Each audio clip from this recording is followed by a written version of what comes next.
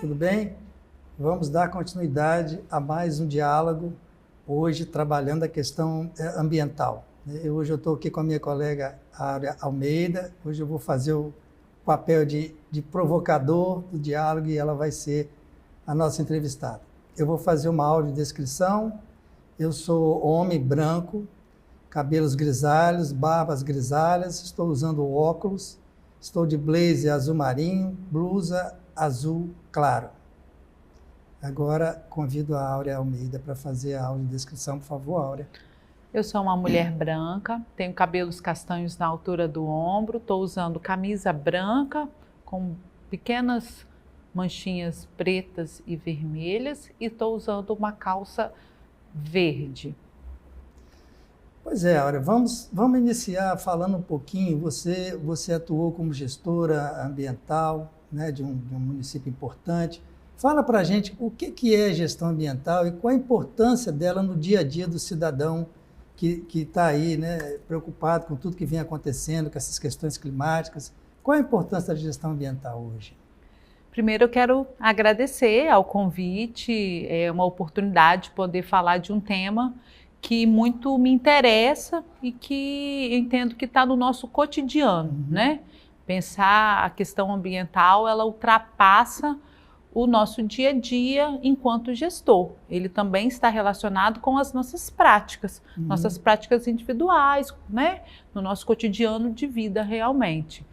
E hoje é um tema extremamente urgente e importante, né? E ele envolve não só os gestores que estão à frente aí das secretarias, dos espaços de gestão ambiental. É importante a gente perceber que em razão também, né, das mudanças climáticas, de todas as crises ambientais que a gente tem vivido, que esse tema ele precisa estar em atenção para todas as nossas práticas.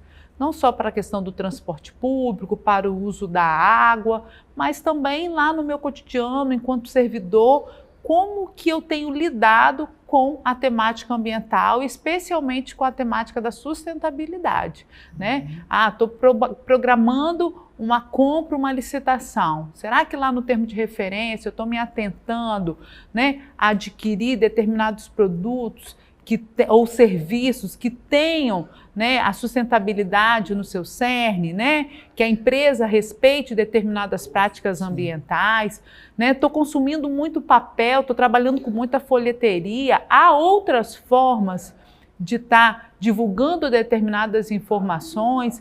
Então, buscar alternativas para que os recursos hídricos e também os demais recursos naturais possam cada vez mais serem protegidos ou preservados. Sim. Você falou há pouco da água, você está terminando o mestrado, né? Agora é uma probabilidade de já defender a sua dissertação daqui a uns dias, e você trata da questão da água, né?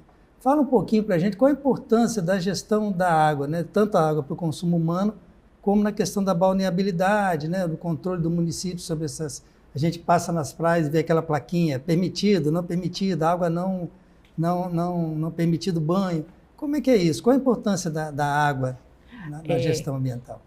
Quando a gente vai falar de água, a gente está falando, sobretudo, de um recurso que ele é essencial para a vida humana, né?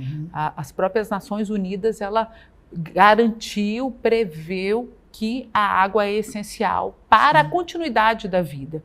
E aí, a questão do tema, né, da potabilidade da água, a gente está falando não só para a questão do consumo, o ato de beber a água, mas eu estou falando também dos contatos, né? Então, quando eu falo de balneabilidade, é uma questão de saúde importante, mas ela reflete também nos organismos vivos que estão naquele espaço, naquele corpo hídrico. Então, hoje a gente precisa voltar muita atenção, não só para o que eu consumo, né, em termos de água, né? E aí eu não estou falando só com relação ao ato de beber a água, mas assim, como o meu tempo de banho, né, as lavagens que eu faço, mas também como que está sendo possível a preservação dos corpos hídricos que vão garantir o acesso à água potável. E isso aí, né, a gente está dentro de um estado que é riquíssimo em corpos hídricos, né? Nós temos vários rios, lagos, lagoas, e como que a gente está garantindo a preservação, sobretudo das nascentes que alimentam esses corpos hídricos. E isso é importante a gente pensar que não é uma responsabilidade única e exclusiva do proprietário daquela área, né? A gente tem programas, inclusive programas estaduais, voltados para preservação de nascentes, mas precisa ser uma preocupação também dos proprietários, mas daqueles que consomem, que utilizam a água também. A gente tem enfrentado cada vez mais períodos de escassez hídrica, né, onde o nível de chuva tem reduzido, e se eu não tenho uma preservação das nascentes e dos corpos hídricos, possivelmente, cada vez mais eu vou ter uma redução do volume de água. E não só do volume de água que é possível o consumo humano, mas pensar também como que eu estou tratando aquela água que já foi utilizada. É possível o reuso, é possível melhorar o tratamento, né, para que ela possa ser reutilizada, e isso envolve os indivíduos, mas também a indústria, o comércio, né? Então, a água ela vai estar em todo o ciclo produtivo que nós estamos inseridos. E tem uma importância da educação ambiental também, né? Tanto na escola como, por exemplo, no caso da Exército, que é uma escola de formação de servidores, a importância da educação ambiental, né? A educação ambiental, ela vai perpassar os espaços de educação, inclusive. É importante, é papel dos espaços de educação discutir a questão ambiental, incentivar a preservação, mas ela vai perpassar esses espaços. E é importante dizer que a questão da educação ambiental não pode estar restrita às instituições educacionais, né? Vamos dizer assim. Elas podem e devem estar no nosso cotidiano, especialmente no setor público e na iniciativa privada. Hoje, muitas empresas elas já buscam selos que agregam valor, né, ao produto que ela está comercializando, ao serviço que ela está prestando, que está relacionado com a sua relação com o meio ambiente. E no setor público a gente precisa ter essa atenção também. E isso não está a cargo exclusivo das secretarias que tratam da temática meio ambiente. É interessante, você está me fazendo lembrar assim, que antes assim, o pessoal que lidava com o meio ambiente, principalmente nos governos, né, era aquele chamado ecochato, aquele que ninguém queria, aquela secretaria que era... Hoje isso mudou muito, né, Áurea? Vem mudando essa coisa, essa percepção de que o meio ambiente não é exclusivo de um gueto de pessoas verdes, né, que já é uma coisa ampla para toda a sociedade hoje. Lógico que nós temos, né, profissionais, especialistas para discussões, para desenvolvimento de programas e projetos que vão tratar da questão ambiental. Mas, para além disso, o tema ambiental, ele vai perpassar todos os espaços. A forma como você capta os recursos, como executa os projetos, né? Quando a gente fala de sustentabilidade, eu estou falando de que os projetos eles possam ter continuidade, e aí eu estou falando de dar continuidade não só para a questão ambiental, mas para tudo que eu estou pensando e executando, planejando no setor público. E aí de uma forma que ele agrida menos, ou que, se possível, não agrida o meio ambiente. Sim, assim, nessa linha, quando o curso nosso, que a gente coordena, que tem uma disciplina lá para frente, o ano que vem, em 25, que vai tratar a questão da sustentabilidade, a gente estaria dizendo, então, que existe essa coisa interdisciplinar que cabe para todo mundo, a gestão ambiental, qualquer gestor, seja de qualquer área, no setor público principalmente. Hoje é urgente a gente pensar as políticas públicas com o olhar ambiental também. Né? Independente de qual política está sendo promovida, ela precisa ser pensada e planejada tendo a preocupação com os recursos naturais. E aí, há sim essa interdisciplinaridade e há sim uma atuação que vai envolver diversas formações. Elas se complementam, né? E aí, quando a gente vai pensar, por exemplo, lá na educação ambiental, a escola tem um papel importante, mas ela vai atrair, é importante ela trazer para a discussão todo o aparato, né, de profissionais que foram formados também para as áreas ambientais. Aí eu tenho os engenheiros ambientais, os biólogos, né? Diversas formações. E o Estado do Espírito Santo, ele tem avançado, ele oferta cursos, né? A gente tem aqui o Instituto Federal, que tem cursos voltados para a área ambiental, técnico de meio ambiente, nós temos cursos na área de engenharia ambiental, pós-graduações. Então, tudo isso contribui para a formação de um tema que é urgente e que ele precisa estar inserido no nosso cotidiano. Sim, a gente viu isso, né, com a questão de Mariana, né, que atingiu o Espírito Santo, a Foz do Rio, lá em Regência, né? Então, assim, você tem uma importância fundamental de estar preocupado com o futuro, né? Você, de alguma forma, é uma política de médio e longo prazo também, né?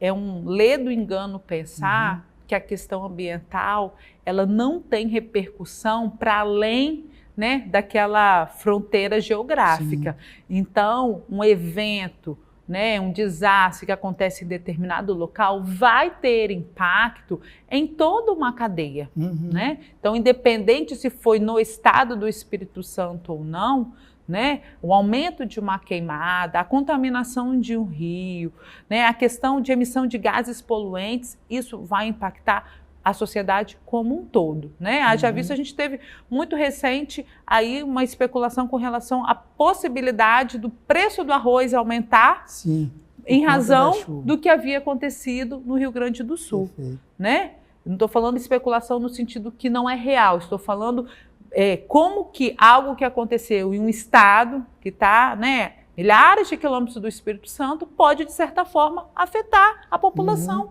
aqui, né? Então, a gente precisa compreender que as nossas práticas, elas vão impactar para além dos nossos limites geográficos. E assim, uma coisa que eu acho que é interessante para os políticos, né, que estão nos postos de eleitos e que querem mostrar trabalho, mas a questão das áreas verdes também é uma questão interessante nas cidades, né, de você, via área verde, você também está trabalhando com essa questão da sustentabilidade, né?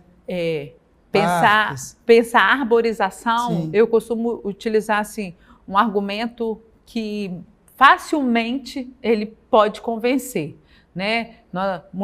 O calor, muitas vezes, ele é diminuído, a sensação térmica é diminuída entre 2 e 3 graus se eu estou numa área arborizada.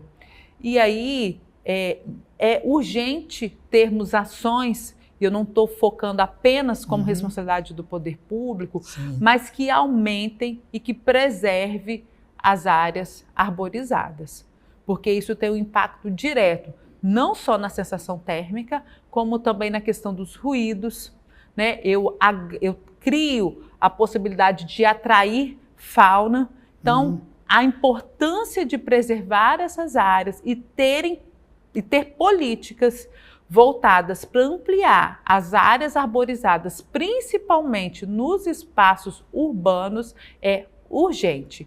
Tem impacto não só no paisagismo, né? A área não será apenas valorizada, sim, ou ficará mais bela em razão da arborização, mas ela tem um impacto positivo na questão do clima, da poluição sonora e da sensação térmica também. Além da gente estar contribuindo aí para ter áreas mais permeáveis, porque eu não consigo plantar, sim, árvore no concreto, né? Para plantar, sim, árvore eu tenho que ter, perfeito, terra. Então, é urgente pensar, ampliar as ações voltadas para a arborização e urgente também pensar como que eu posso ampliar as áreas permeáveis. Para quê? Evitar enchentes, mas possibilitar também maior infiltração de água, né? Então, como as chuvas estão mais escassas, quando há uma chuva, se eu tenho áreas permeáveis, sobretudo áreas que estão com algum tipo de vegetação, eu vou ter mais infiltração no solo. E aí eu estou possibilitando ter mais acesso lá na frente à água potável, que é essencial para a nossa vida. A gente ficaria aqui conversando o dia todo, né, sobre um tema tão importante, mas o tempo também para nós ele é fundamental aqui, né? Então eu queria que você deixasse para a gente que está, para as pessoas que nos assistem, a sua mensagem, né, dessa área do meio ambiente, da política ambiental para a nossa vida, né, como um todo. Acho que, acima de tudo, a gente pensar que a questão ambiental é responsabilidade de todos nós, e isso não é clichê, isso impacta diretamente na nossa vida e na vida das futuras gerações. Para além disso, o poder público tem um papel primordial. Ele não é só executor de políticas ambientais, ele é indutor. Então, quando o poder público adota determinada ação, ele estimula para que todo o seu entorno vá também nessa linha, né? Então, quando o poder público desenvolve ações para a preservação de nascentes, a gente está dando um recado para toda a sociedade que preservar uma nascente é importante. Quando o poder público aumenta as áreas permeáveis, seja nos seus projetos construtivos, seja quando ele está fazendo alguma urbanização, nós estamos também passando uma mensagem. E, para além disso, as ações de fiscalização, porque elas também são necessárias, né? Digo que quando a educação não foi suficiente, as mensagens, os alertas não foram suficientes, nós precisamos partir também para as ações fiscais. Então, que isso possa estar incorporado no nosso dia a dia, para todas as áreas das políticas públicas, porque é possível sim pensar a questão ambiental em todos os espaços, seja na quantidade de energia que eu estou gastando, o tipo de lâmpada que está sendo adquirido, né? Essa lâmpada é de baixo consumo, e qual destinação que eu estou dando para essa lâmpada após, né, a sua utilidade. Então, tudo isso é pensar a questão ambiental. E no mais, agradecer o convite, é um tema que muito me interessa, que me apaixona, e eu acho que no setor público a gente precisa ter paixão também. Sem dúvida nenhuma. Eu tomei o seu lugar hoje aqui, porque a gente está acostumado a ver você no meu lado aqui provocando as perguntas e conversando com os nossos convidados, né? Então, hoje, você é uma especialista da área de meio ambiente, a gente tem necessidade, porque o curso aborda também essa questão.